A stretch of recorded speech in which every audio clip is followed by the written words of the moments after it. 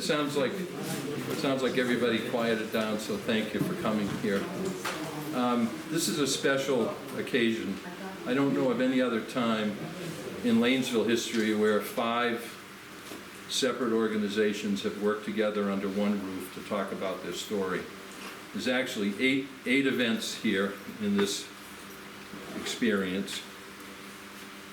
The 5 that you can see that say, you know, the heading, the models, and the stories. Those 5 are. Let me get there's the Fish Shack, which is in this corner, and there's a whole presentation that's been put together by the people at the Fish Shack. Ralph can answer questions. Deb Kuehl can talk about Rebecca's Playground and their whole process and what they're doing. The cemetery group, which is Christine Maney and several volunteers, Russell and Melissa. Carol Kelly, yeah. Lots of volunteers. They work all over the city. They're also part of the equation today. And then the LCC was rebuilt in 2009, so you could have this space. If you were here before, you remember there was cow stalls and all of that, which we affectionately, some of us remember those days. Then the other thing that's really special is that, and Russell, this is what Russell and Melissa are going to talk about. They've spent many years looking at the forgotten people, looking at the grave sites, doing the research, the history. Their family, Nancy, who he's going to talk about, has done a lot of translations, so it's really been the Hobbs family and extended family, et cetera, and the connections.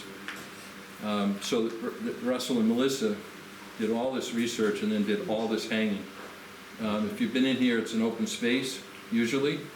It doesn't look like an open space. I think the work that was done, there are 7 people who make up the committee. We've been working on it for 7 months. It's Les Bartlett, who's done a lot of the audio, all the imagery you see that are on the walls. Melissa, Russell, Rob Ranter, who's going to do this afternoon, do the panel. Susie Natty, who's going to do a speech tomorrow morning about 1910, and myself. And so we've been working since January independently with a goal of sharing 350 years of anniversary, if you will, 70 years for the community center, sharing that history with people so that people who live here, and I guarantee you that every person here will learn something that they didn't know. And every one of us, Susie Natty came and said, you know, I've lived here all my life, and she said, you know, since I got involved, remember the day you said this? Since I got involved here, I'm starting to see things I never saw. Right? Is that a quote? Yeah. Russell Hobbs would not tell you this, but he's the only one on all these lists who's worked on every project.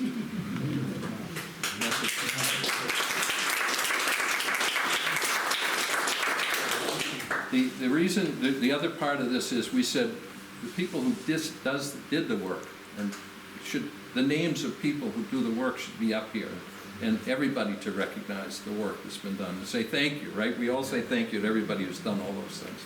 So you'll see all the names there. There are some families that have 3 or 4 projects they work on. So I think that was the other thing we wanted to talk about. It's a real thank you to everybody who volunteers in Lanesville. So, Russell Hobbs, it's all yours. You want this? No. No, I don't think so. I'm going to talk without a mic. Can you all hear me? Yes. All right. Welcome to the LCC and a dive into Lanesville's history, the forgotten. I'm Russell Hobbs. I was born in Gloucester, moved to Lanesville in 1985 when Melissa and I were married. I have 3 daughters and 5 grandchildren, all born in Lanesville. My father died when I was young, and what went with him was all the family history and the stories, the connections to my Hobbs family history. Who am I? Where did I come from? Who came before me? I didn't have those answers, so I went looking. In 1980, There I am in the middle. I found ourselves in Wells, Maine, and that began the search for my family history. It became a passion, and that passion has continued for 40 years. My search taught me how to research. In fact, the joke in our house is, when we got a computer for the kids, we lost Dad. I pored over old documents, newspaper articles, death and funeral notices, searched libraries, city archives, and cemeteries, slowly finding the connections I was looking for. Those cemetery searches led us through the back roads of New England and into some very old cemeteries. Once there, you often find that you can't read the gravestones. There's a clear example, and that's a mild one. So Melissa and I learned how to clean, restore, and hopefully preserve these stones. We got involved with the local volunteer group in our city's oldest burial grounds. In cemetery restoration, you learn that these old cemeteries and those buried there are often be forgotten. But as you clean a stone, a name emerges. And for many of us, this is a chance to be sure that that person is not forgotten. We say their names, we look for their story. 2 generations. It only takes about 2 generations to be forgotten, unless someone says your name, shares your story, and preserves your history. There are 4 cemeteries in Lanesville. One is owned by the town of Rockport, but that's our land.